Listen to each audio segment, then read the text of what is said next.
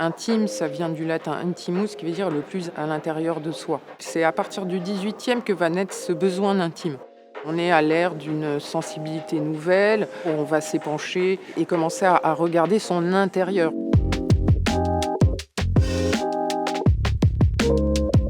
L'exposition présente 450 objets et œuvres d'art organisés pour créer une histoire de l'intime depuis 2 siècles à travers des thématiques.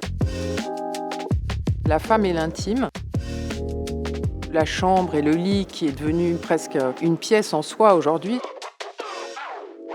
la salle de bain, les toilettes, en fait, c'est assez amusant comme thème parce qu'aujourd'hui, il y a beaucoup plus de pudeur sur la question de tout ce qui relève du corps humain que ça n'était le cas au XVIIIe siècle. On voit par exemple des espèces de pots qui pourraient sembler être des petites soupières qui sont en fait des bourdalous, des pots que les femmes emmenaient pendant la messe pour pouvoir uriner sous leur jupe, en public donc.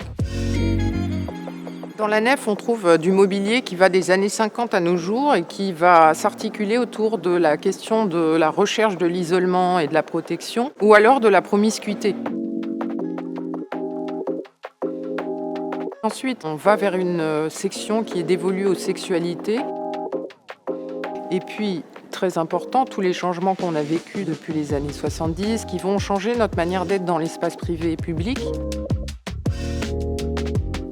Les réseaux sociaux, bien sûr, qui ont complètement modifié la question de l'exposition de soi.